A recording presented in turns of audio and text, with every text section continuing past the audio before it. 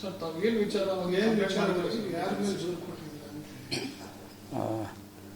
ನಾವು ಕುಮಾರಸ್ವಾಮಿ ಅವ್ರ ಮೇಲೆ, ಅವರು ಆಮೇಲೆ ರಮೇಶ್ ಗೌಡ್ರ ಮೇಲೆ, ಮಾಜಿ MLC ರಮೇಶ್ ಗೌಡ್ರ ಮೇಲೆ, ಆಮೇಲೆ ಕುಮಾರಸ್ವಾಮಿ ಅವ್ರ ಮೇಲೆ ಕಂಪ್ಲೇಂಟ್ ಕೊಟ್ಟಿದ್ದೀವಿ. ಏನು ಕಾರಣಕ್ಕೆ?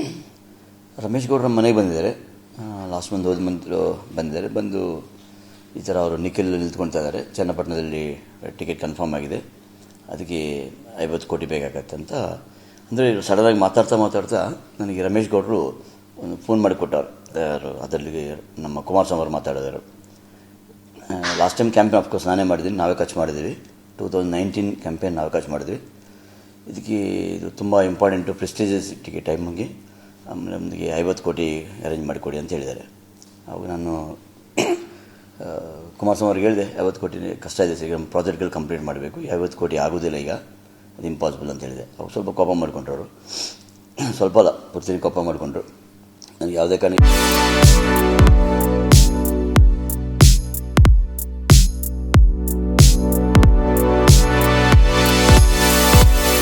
50 ಕೋಟಿ ಬೇಕು, ಅರ್ಧ ಮಾಡ್ಕೊಳ್ಳಿ, ಇಲ್ಲಾಂದರೆ ನೀವು ಬೆಂಗಳೂರು ಕಷ್ಟ ಆಗುತ್ತೆ ಅಂತ ಹೇಳಿದರು. ಅದು ಆಮೇಲೆ ನಿಮ್ಮ ಪ್ರಾಜೆಕ್ಟ್ ಮಾಡಲಿಕ್ಕೆ ಬಿಡೋದಿಲ್ಲ, ಆ ಥರ ಎಲ್ಲ ಮಾತಾಡಿದರು ಅಂತ ಕಟ್ ಮಾಡಿದ್ರು ಫೋನ್. ಕಟ್ ಮಾಡಿದ್ಮೇಲೆ ಇವರು ನಮ್ಮ ರಮೇಶ್ ಗೌಡರು ಮಾತಾಡಿದ್ರು, ಅಲ್ಲೇ ಕೂತಿದ್ರು. ಅಲ್ಲೇ ಅರೌಂಡ್ ಐ ಥಿಂಕ್ ನೈಟ್ 10 ಗಂಟೆ ಅನಿಸುತ್ತೆ, 10 ಗಂಟೆ ಆ ಟೈಮ್ಗೆ ಅವರು ನಮಗೊಂದು 5 ಕೋಟಿ ಬೇಕು, ಯಾವುದೋ ದೇವಸ್ಥಾನ ಕಟ್ತಾಯಿದ್ವಿ, ಆಮೇಲೆ ಸ್ಕೂಲ್ ಏನೋ ಡೆವಲಪ್ಮೆಂಟ್ ಮಾಡ್ತಾ ಫೋಟೋಗಳೆಲ್ಲ ಕೊಟ್ಟಿದ್ದಾರೆ. ಆಮೇಲೆ ಅದಾದಮೇಲೆ ಒಂದು 4-5 ಸಲ ಫೋನ್ ಮಾಡಿದ್ದಾರೆ, ಮೆಸೇಜ್ ಮಾಡ್ತಾರೆ. ನಾನು ಹೇಳಿದ್ದೀನಿ ಸರ್ ಕಾಲ್ ಯು ಬ್ಯಾಕ್, ಆ ಥರ ಮಾತಾಡ್ತೀನಿ ಆಮೇಲೆ ಅಂತ. ಆಮೇಲೆ ಸ್ಟ್ರಿಕ್ಟಾಗಿ ಹೇಳ್ಬಿಟ್ಟಿದ್ದಾರೆ. ಆಮೇಲೆ ಅಫ್ಕೋರ್ಸ್ ಆ ಟೈಮ್ ಕುಮಾರಸ್ವಾಮಿ ಅವ್ರಿಗೆ ಹೇಳುವಾಗ ಆಗಲ್ಲ ಅಂತ ಹೇಳಿದ್ದೀನಿ. ಅದು ಆಮೇಲೆ ರಮೇಶ್ ಗೌಡ್ರಿಲ್ಲ, ಆ ಥರ ಹೇಳಬೇಡಿ ನೀವು ದುಡ್ಡಿ ಅಂತ, ಟ್ರೈ ಮಾಡಿ ಆಮೇಲೆ ನೋಡೋಣ. ಆಮೇಲೆ ನಾನು ಕ್ಲಿಯರಾಗಿ ಹೇಳಿದೆ, ಇದು ಆಗೋ ಕೆಲಸ ಅಲ್ಲ ಅಂತ. ಆಮೇಲೆ ಥಿಂಕ್ ಒಂದು 2-3 ವೀಕ್ಸ್ ಆಗಿದೆ ಅನಿಸುತ್ತೆ.